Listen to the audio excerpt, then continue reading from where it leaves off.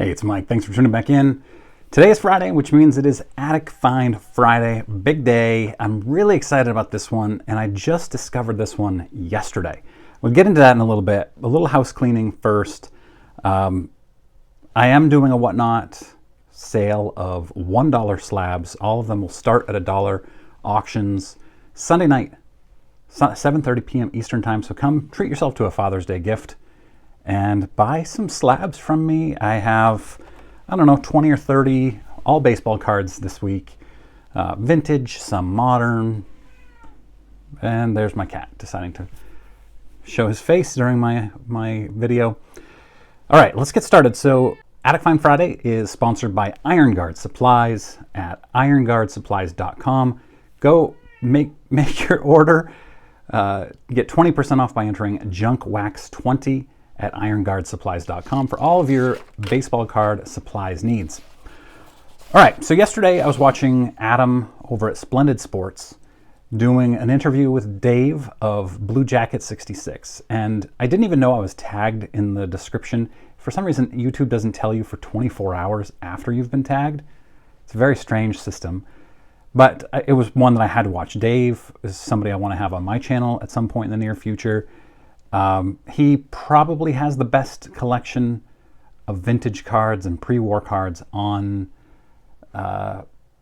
YouTube, is my guess. And he's got some competition, but I'm guessing it's Dave. And Dave's also great. He comments on any video I do like this. And then he actually talked about the fact that in this interview with Adam, he talked about the fact that whenever he talks about food and beverage, he worries that an expert that he's friends with is going to watch the video and then email him. And as he was talking about this, I was thinking, well, this is exactly how I feel when I do a video about vintage, because I'm not an expert, and I worry that Dave is going to watch it and say, what an idiot this guy is. And then he actually said, it's probably how Mike, Junkwax Hero, feels when he does a vintage video. So it's funny, it worked out perfectly. But they were talking about a find, and they said, Mike, Junkwax Hero, should do this video. And at first I was like, this doesn't sound like a good enough video for Attic Find Friday. But I dug into it, and it is. It's really an awesome, awesome story, and I'm excited to do this, and hopefully I do it justice. So, Mascot Dog Foods was a obviously dog food company in the 1950s, but dating back to around 1930 or so in Philadelphia. It was known that they had some sort of an endorsement deal with some athletes. There wasn't a ton of information on it, but there was a Robin Roberts card that at some point was found that was from this Mascot dog food card set. Nobody knew anything about it except that it was apparently one of 8 cards in the set. But it was the only one that was ever found until 2017. In 2017, a man named Chuck W., wanting to remain anonymous, he's only gone by Chuck W., he heard from an antiques dealer friend that there was an album, a family album, photographs, dating back to the 1950s. A friend of his had obtained it from a flea market in Lancaster, Pennsylvania. The flea market got it from an estate sale near Philadelphia. So hopefully you can follow that. So inside the album were 2 cards that had never been cataloged or seen in baseball card history. Chuck, and these were Mickey Mantle and Yogi Berra Mascot dog food cards, like the Robin Roberts that was known before. Chuck W. bought these on the spot, had to have them, had no idea if they were real, if they were reproductions or anything. He bought them. Undisclosed price, so I can't tell you how much he paid for them. He knew it was a risk. He knew that there was a chance that they were fakes, or that nobody would grade them, or that people just wouldn't believe the story. But he knew it was a good risk. Chuck is an engineer. He took his cards, these 2 new cards, to his local card shop called VSM Sports Cards in Pennsylvania, and they said these are one of a kind. Mickey Mantle, one of a kind, from the 1950s, is amazing, and encouraged him to get them graded, get them off to an auction house. Chuck ended up posting the photos of the cards to N54 forum, and people there loved it. As you can imagine, a lot of baseball card experts. I go to N54 a lot for information, and these guys were like, you've got literally a one-of-a-kind Mantle here, and a one-of-a-kind Berra too. And they, giving them all kinds of advice. Someone ended up finding a 1954 article saying that Robin Roberts, Yogi Berra, and 5 other superstars appeared on cans of dog food and earned a slice of the sales. And so it's believed that that's, the time frame here. And others speculated the cards were from the early 50s because the Yogi Berra had the same image as his 1950 Bowman card. Mantle card has the same image as his Wheaties Premium from 1951. So he reached out to PSA, Chuck did, and PSA said, there's no checklist for this, so unless you come up with a checklist, they couldn't do anything about it. BVG did the research, and they graded them. They both came back a 1.5. The Mantle has a pinhole in it, like a lot of cards from the early 50s did, of course. So the Mantle sold for $23,600 on Wheatland auctions. The Berra sold for $4,720. Before the auction started, Chuck said that if it got to if he made $30,000, he would start a college fund for his 3 daughters. So I'm guessing where it came to over $28,000, that's probably what he did with the money. That's not where the story ends. It gets actually quite a bit better, in my opinion. 3 years later, in 2020, another find. And I don't have any details on where these were found. I don't know. I wish I did. But Mile High Cards announced the discovery of a near complete set of 10 of these cards. Now, the Robin Roberts and the Yogi Berra originally said that there were 8 cards on the checklist, but the Mantle that was found said that there were 11. So originally there were 8 cards, and then they added in Mantle, Don Newcomb, and Gil Hodges.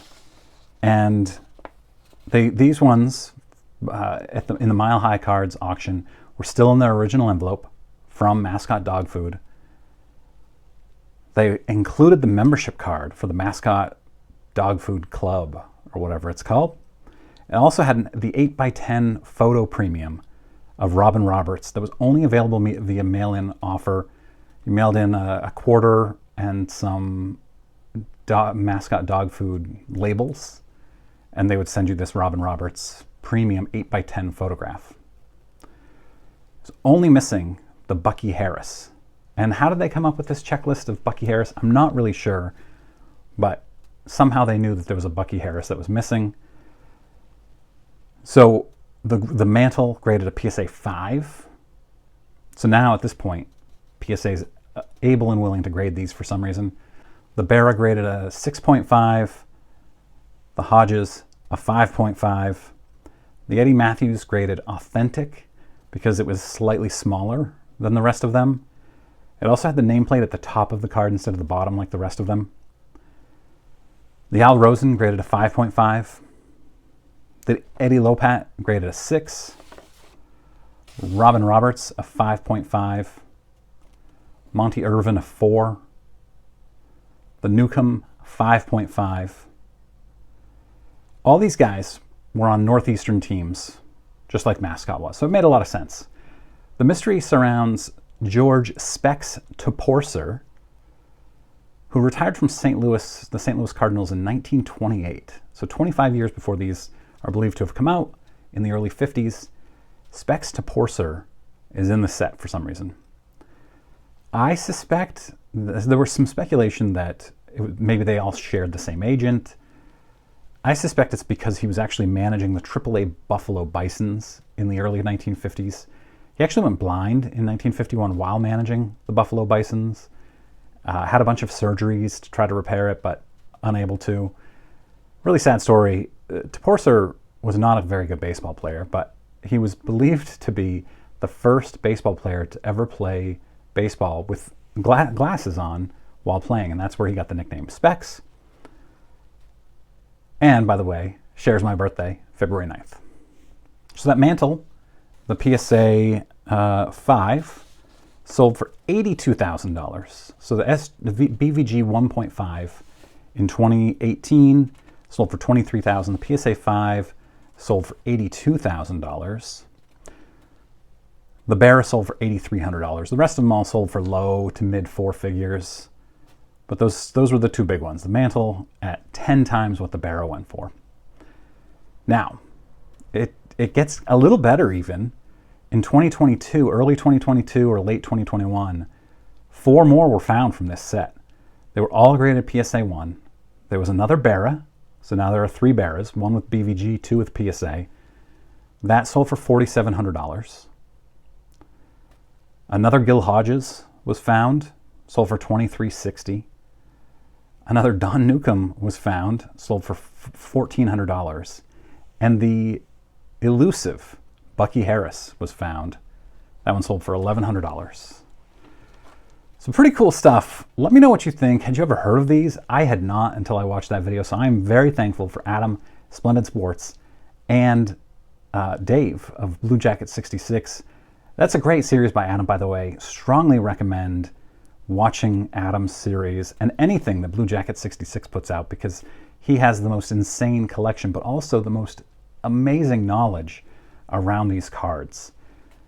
So let me know in comments what do you think about this, and don't forget about the Whatnot sale. If you're new here, make sure you click that subscribe button. I do Attic Find Friday, as you can imagine, every Friday. All right, thanks very much for watching. Hope you guys have a great weekend and a happy Father's Day.